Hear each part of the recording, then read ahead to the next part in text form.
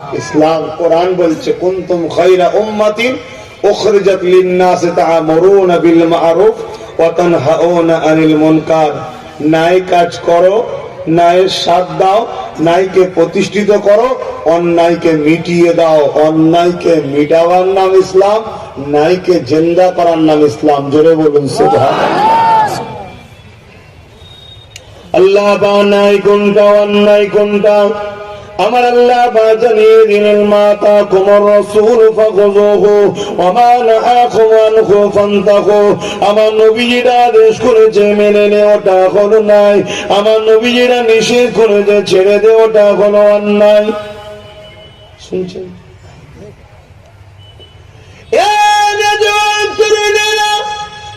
আজ থেকে ১,৫০০ বছর আগে এই পৃথিবীর জমিনে যখন নারীগুলোকে জেন্ত পুঁতে দেওয়া হতো, মা বাপের উপরে জুলুম অত্যাচার হতো, গরিবের উপরে অত্যাচার হতো, মানুষগুলোকে গোলাম বানিয়ে কেনা বেচা হতো, আল্লাহ নবী যখন দুনিয়া জমিনে আসলে তাদেরকে বলতে লাগলেন, ওই সময়ে যারা আবু জিহল বা শাসক ছিল, ক্ষমতাশালী ছিল, তাদেরকে আল্লাহ নবী বলতে লাগলেন, এগুলো অন্যায় কাজ, এগুলোকে বন্ধ করে দাও।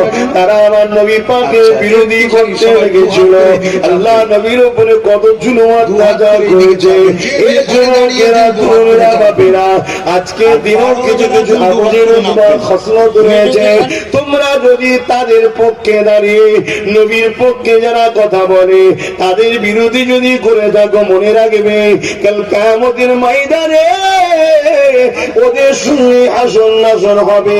কেননা নবী আমার বুখারী হাদিসে জানিয়ে দিলে, আল্লাহ নবী বসে রয়েছে, এমন সময় একটা ছেলে চলে আসলো, ইয়া রাসূলুল্লাহ, হাবিবাল্লাহ, কিয়ামতটা কবে হবে? আল্লাহ নবী বললেন, মা'আদাত্তা লাকা, এ বাবা ছেলে, কিয়ামতের জন্য কি করেছো বাবা? ওই ছেলেটা বলতে লাগলো, ফাকামাদাতু লাকা কাসীরা সালাতি ওয়া সিয়ামি, ইয়া রাসূলুল্লাহ, হাবিবাল্লাহ, বেশি বেশি নামাজ রোজা করতে পারি না, ইল্লা তবে আন্নী উহিব্বুল্লাহ ওয়া রাসূলুহু, আমার অন্তরে, আমার কলবে, আমার হৃদয়ে সব থেকে বেশি আল্লাহ ও নবীকে ভালোবাসি। আল্লাহ নবী বলেছেন, শুনে রেখে দেয়, আল মারউ মা মান হাব্বা, দুনিয়ায় যে যাকে ভালোবাসবে পরকালে সে তার সাথে আল্লাহ পাকে জান্নাতি হয়ে যাবে। আরো জোরে বলুন সুবহানাল্লাহ।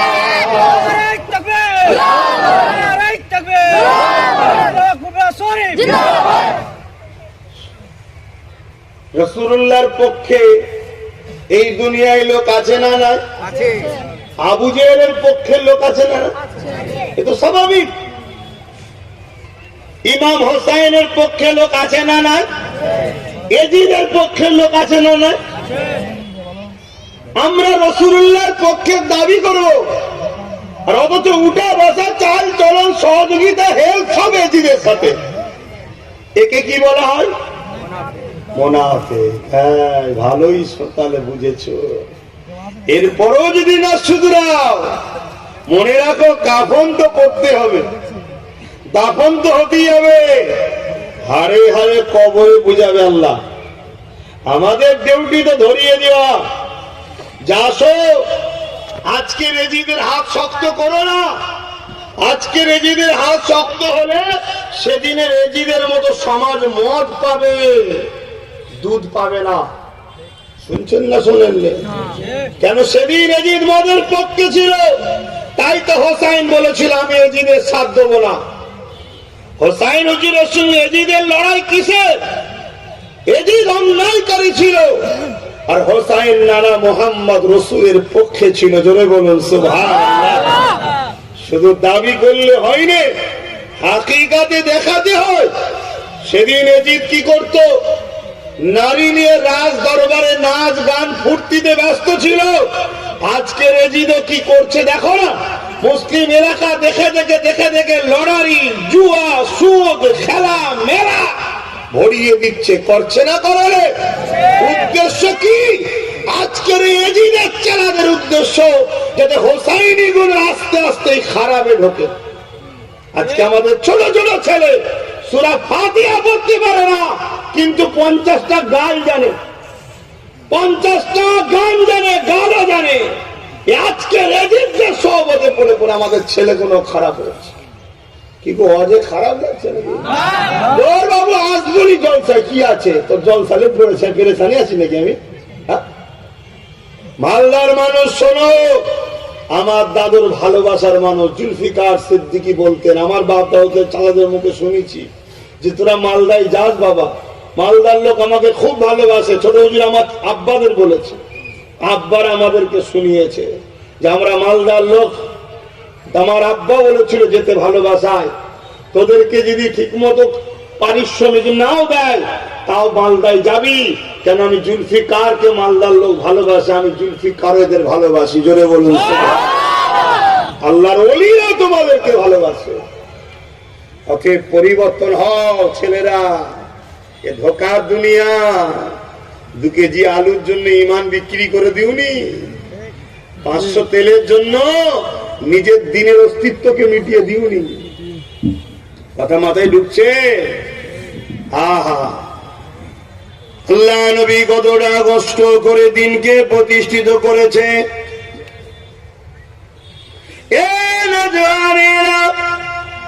আল্লাহ নবী নবী দয়া নবী এত সহজে হয়নি গো।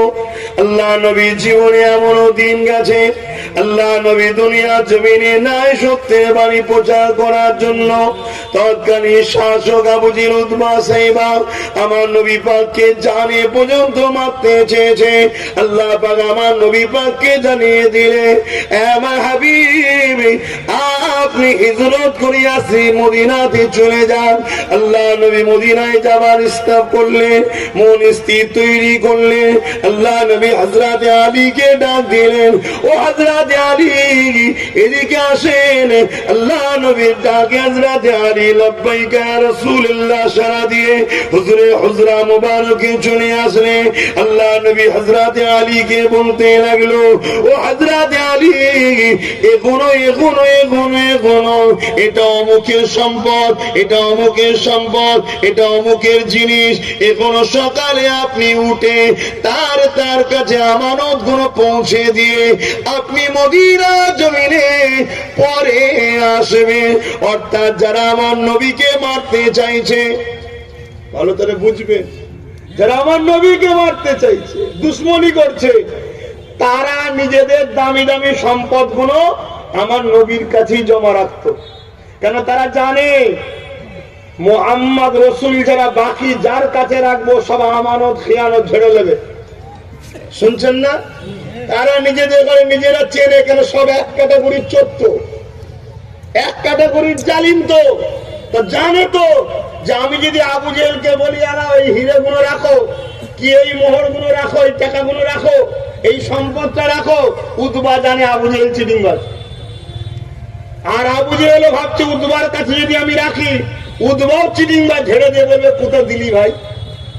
তারা সবাই জানে একমাত্র বিশ্বাস্ত জায়গা হলো মুহাম্মদুর রাসূল। জোরে বলুন সুবহানাল্লাহ। তাই তারা সবকিছু মাল আমার রাসূলুল্লাহর কাছে এনে রাখতো। শুনছেন না?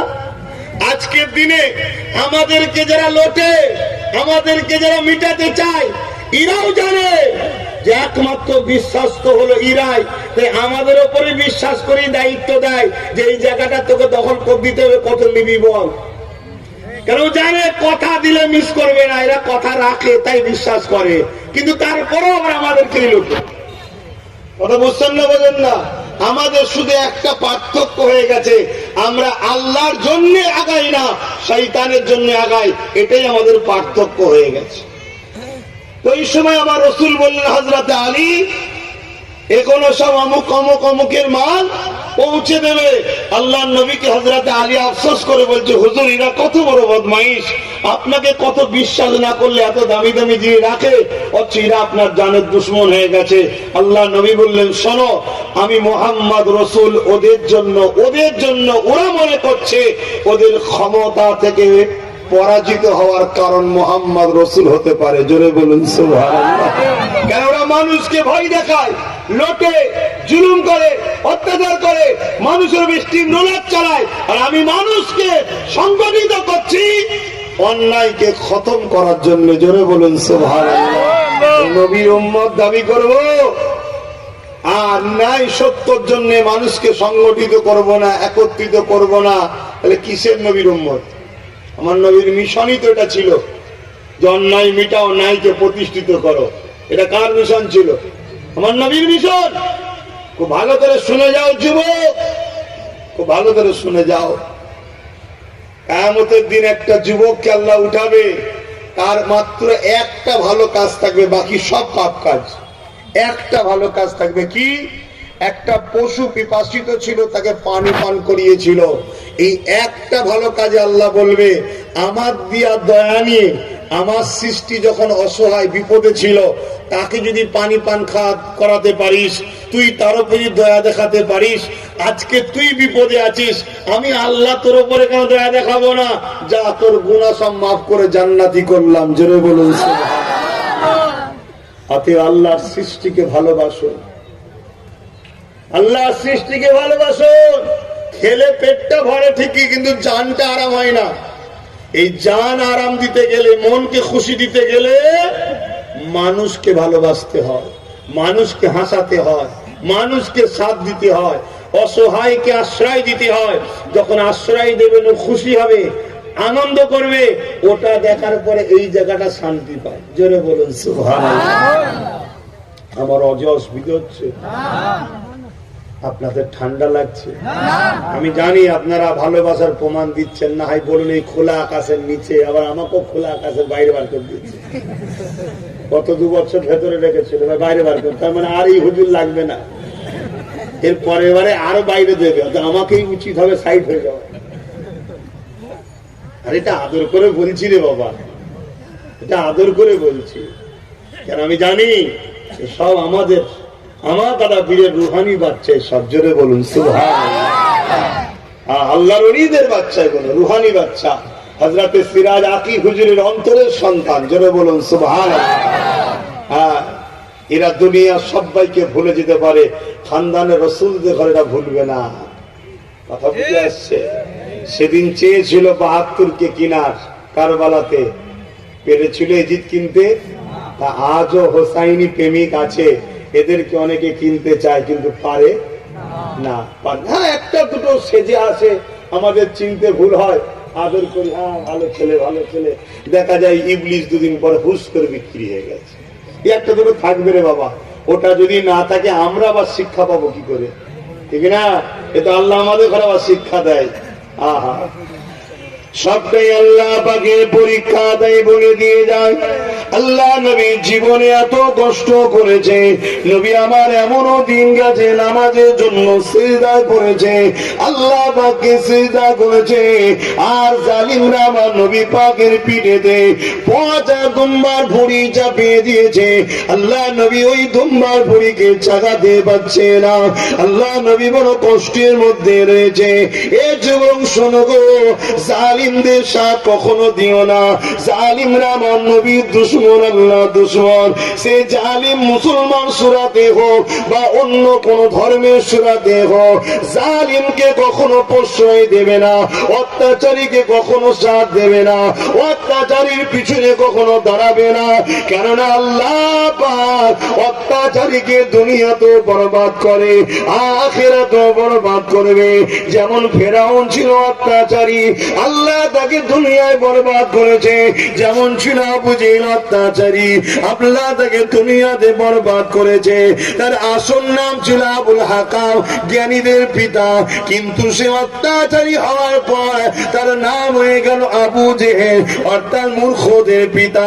এ যুবকেরা, তরুণেরা, একদিনে আমার রাসূল পাক নামাজ অবস্থায় সিজদায় পড়ে আছে, আর এই ইবলিস গুলো, শয়তান গুলো আল্লাহ নবীর পিঠে ওই দিনে এত দুম্বার ভুঁড়ি চাপিয়ে দিয়েছে, দয়ার নবী আমার পুরো ঢাকা পড়ে গেছে। আল্লাহ নবী নিঃশ্বাস নিতে পারছে না, আল্লাহ নবীকে দেখাও যাচ্ছে না, পুরো ঢাকা পড়ে গেছে। ওই অবস্থাতে আল্লাহ নবী এমন করে সিজদায় পড়ে গিয়ে রব্বি রব্বি সুবহান রাব্বিল আলা এই তাসবিহ খানা পড়ে যাচ্ছে। এদিকে আমার নবী পাকের কলিজার টুকরি হযরত খাতুনে জান্নাত আব্বা জানকে খুঁজতে লেগেছে। তখন আমার কলিজার নবীর টুকরি বড় ছোট ছিল। এই সময় দেখা যায় আব্বাকে খুঁজে পাচ্ছে না। এক জায়গায় অনেকটা উঁচু করে পচা লম্বার ভুঁড়ি রাখা রয়েছে। হযরতে খাতুনে জান্নাত বুঝতে পেরেছে এই জায়গাতে হয়তো আমার আব্বা রয়েছে, কেননা পিরায় পিরা আব্বার উপরে চাপিয়ে দেয়। খাতুনে জান্নাত সেগুলোকে নাবিয়ে নাবিয়ে সরিয়ে দেয়। তাই এই পচা দুম্বার ভুঁড়িখানা যখনই নাবিয়ে দেয়, সরিয়ে দেয়, ওর ভেতর থেকে আমার নবী বা মাথা সেজদা তুলে দেয়। খাতুনে জান্নাত এটা দেখে সহ্য করতে পারে না, সঙ্গে সঙ্গে সেজদায় পড়ে যে বদদোয়া করতে লাগে। আরে দয়া নবী, তোমাকে আমাকে কত ভালোবাসা দিয়েছে। আল্লাহ নবী খাতুনে জান্নাতের মুখে হাত দিয়ে বলে, এ আমার কলিজার টুকরি বেটি রে, তুই আমি নবী আমার শরীরের অংশ, তুমি যদি বদদোয়া করো আল্লাহ কবুল করে নেবে। এই পৃথিবীকে আর রাখবে না, এই পৃথিবীকে আল্লাহ ধ্বংস করে দেবে। ফাতেমা বদদোয়া করো না মা, এরা যদি আমাকে চিনতে না পারে, এদের ছেলে ছেলে ছেলে ছেলে একদিন আমি নবী আমাকে চিনে আমার জন্য হাসতে হাসতে জান পর্যন্ত কুরবান করে দিতে পিছাবে না। আরো জোরে বলুন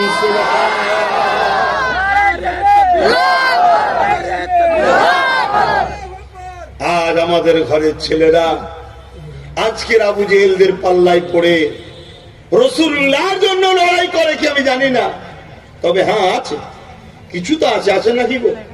আছে না? নাই কিছু? হ্যাঁ আছে, আজও আছে, কিছু আছে। আর মনে রাখবেন, সব সময় আমরা কিছুতেই কামিয়াবি হই। জোরে বলুন সুবহানাল্লাহ।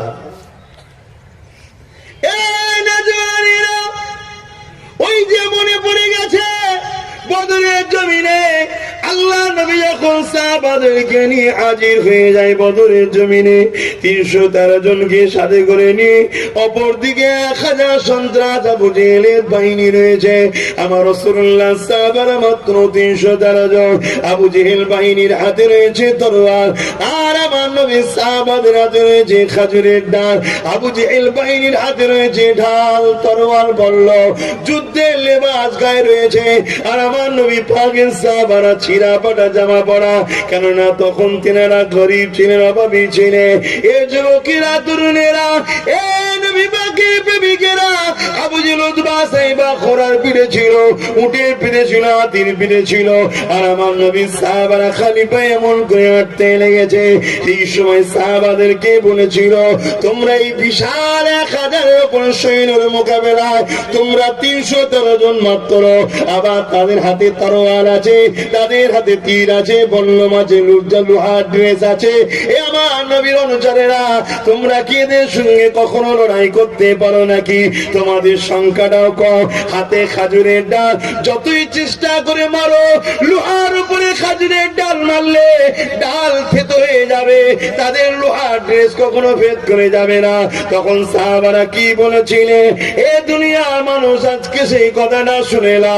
ওদের দিকে তরোয়াল থাকতে পারে, ওদের দিকে তীর থাকতে পারে, ওদের দিকে বল্লম থাকতে পারে, ওদের সংখ্যা 1000-এর উপরে হতে পারে, ওদের দিকে দুনিয়া থাকতে পারে। মনে রেখে দিও, আমাদের দিকে আল্লাহর বন্ধু মুহাম্মদ রাসূল রয়েছে। আরো জোরে বলুন সুবহানাল্লাহ।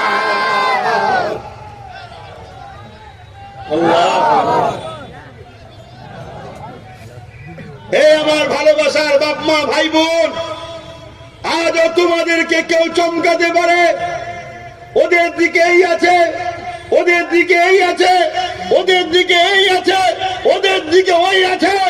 আজও তোমরা মনে রেখে দিও, ওদের দিকে যা থাকে থাকে যাক, মনে রাখবে তোমরা শান্ত না হও, তোমাদের দিকে তোমার নবীর বংশের সন্তান আওলাদরা রয়েছে। জোরে বলুন মনে রাখবে। আজ যখন প্যালেস্টাইন বাসীকে জিজ্ঞেস করা হয়েছিল, তোমরাই বড় বড় ট্যাঙ্কারের বিরুদ্ধে পাথর নিয়ে যাচ্ছ কি সাহসে? বিশ্ব শক্তিগুলো একদিকে, পারমাণবিক শক্তিগুলো একদিকে, তোমরা কি করবে? তার একটাই কথা বলেছিল, দুনিয়া একদিকে চলে যেতে পারে, যাক আমাদের দিকে মসজিদে আকসা আছে, যে মসজিদে আকসায় আমেনা লাল ইমামতি করে নামাজ পড়েছে। জোরে বলুন। শোনেন আমার কওম, যদি ঈমান থাকে তাহলে এই আকীদার প্রমাণ দিতে হবে। যদি তুমি ঈমানদার হও, তোমাকে বিশ্বাস দেখাতে হবে। তুমি যদি সত্যি জান্নাতি হতে চাও, তোমার মধ্যে প্রমাণ দেখাতে হবে। দুনিয়া তোমাকে টেবিলের তলায় হোক আর টেবিলের ওপরে হোক কিনতে চাইবে, সেদিন চেয়েছে, আজও চেয়েছে। কিন্তু মনে রাখবে, আল্লাহর নবী বলেছে, পৃথিবীর সমস্ত মানুষ যদি অন্যায়ের উপরে এক মুঠো হয়, মিথ্যার উপরে এক মুঠো হয়, সমস্ত সন্ত্রাসীর দিকে এক মুঠো হয়ে যায়, আর তুমি যদি একা হক ন্যায় সত্যর দিকে দাঁড়িয়ে থাকো, মনে রেখে দিও, আল্লাহর বিজয় তুমি একা তো কি হয়েছে, তোমার দিকেই আসবে। জোরে বলুন সুবহানাল্লাহ।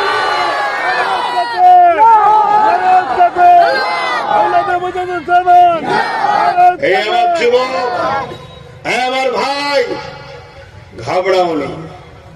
কেন? আমার নবীর ভবিষ্যৎবাণী, আমার উম্মতের মধ্যে যখন দুটো জিনিস ঢুকে যাবে। কটা? শুনছেন না? দুটো। একটা হলো লোভ আর একটা হলো ভয়, মৃত্যুর ভয়। লোভ আর ভয়, এই দুটো যখন ঢুকে যাবে আমার উম্মতের মধ্যে, তখন আমার উম্মত পৃথিবীতে প্রচুর মার খাবে। সাহাবাদের ঘরে রাসূল বলেছিলেন, যেমন ক্ষুধার্ত অনেকগুলো পশু একটা খাবারের থালি দিলে সবাই যেমন ঝাঁপিয়ে পড়ে, আল্লাহর নবী বলেছেন একটা দিন আসবে আমার উম্মতের উপরে পৃথিবীর বাতিল গুলো সব ঝাঁপিয়ে পড়বে চারিদিক দিয়ে। সাহাবারা বললেন, হুজুর তখন কি আমার ভাইদের সংখ্যা কম হবে? আল্লাহর নবী বললেন, না, অনেক সংখ্যা হবে। তাহলে হুজুর পারবে না কেন? আল্লাহর নবী বললেন, তাদের মধ্যে দুটো খসলত ঢুকে যাবে, একটা হলো লুবি আর একটা হলো ভয়। আজ আমাদের সবচেয়ে বড় ক্ষতিকারক হচ্ছে আমার কওমের একদল লুবি লোকেরা, একদল লুবিরা।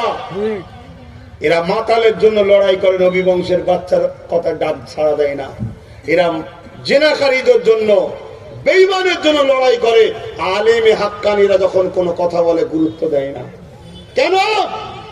এদেরকে ওই মাতাল, ওই বেঈমান সামান্য কিছু ভিক্ষা দেয়, আলেম তো দোয়া দেয়। এরা মনে করে দোয়াই কি পেট চলে? ভিক্ষাতে তো পেট চলে। আরে বোকা, দোয়া যদি নিতে পারিস, আল্লাহ তোকে আরো পতি বানিয়ে দেবে। তুই 50 কেন 50,000 লোকের হেল্প করতে পারবি। আর যদি তুই ভিক্ষাই পছন্দ করে নিস, মনে রাখবি একদিন এই ভিক্ষা দরজা বন্ধ হবে। কোন দিন? যেদিন তোমাকে খাওয়ার প্রয়োজন হবে। কেমন? দেখবেন মুরগি যখন আমাদের প্রয়োজন হয় জবাই করার, কি করি? চাল ছড়ায়, ঠিক না? চাল ছড়ায়। চাল ছড়ালে মুরগি কি করে? লোভে আসে না, লোভে খাবো, আর যখন খেতে আসে ধরে ফেলে। ধরলে কি হবে? আমাদেরকে ছড়ানো হচ্ছে চাল খাও, ভিক্ষা খাও, ভিক্ষা খাও, ভিক্ষা খাও। সময় যখন মিটে যাবে, হাত দিয়ে নেবে, হাত ছেড়ে নেবে, তখন দেখবে তোমার ডায়েও কেউ নেই, বাঁয়েও কেউ নেই, সামনেও কেউ নেই, পিছনেও কেউ নেই, বিপদের শেষ থাকবে না। তাই সতর্ক করেছি, আজও করছি, সুধরে যাও, বেশি লাফালাফি করো না। একটা বিমার দেবে খোদা, কটা? একটা। শুধু চেক আপ পরীক্ষাতেই 10 বার ভেলোর ছুটতে হবে। শুনছেন না? ডাক্তার বলে পাচ্ছি না ধরতে। এখন কিসের গরম এত? সব গরম ঠান্ডা হয়ে যাবে। আল্লাহকে ভয় করো, নবীকে ভালোবাসো। যে নবী আমার আজ মদিনা জমিনে তোমার আমার জন্য কাঁদেছে, আল্লাহ নবী সারা জীবনটা তোমার আমার জন্য কেঁদেছেন।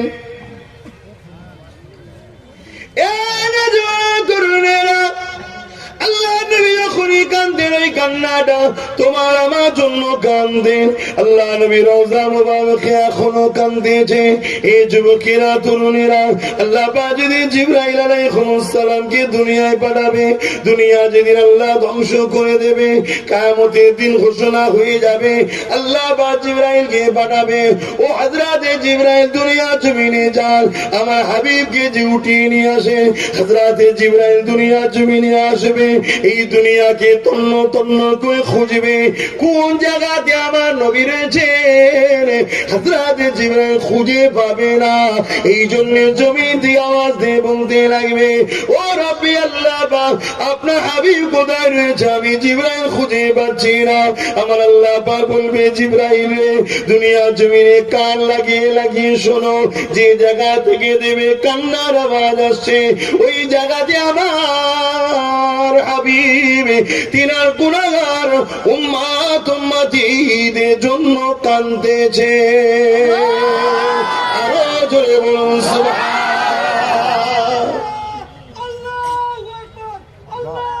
আমার নবী হায়াতুন নবী না মরা নবী গো? জোরে বলুন।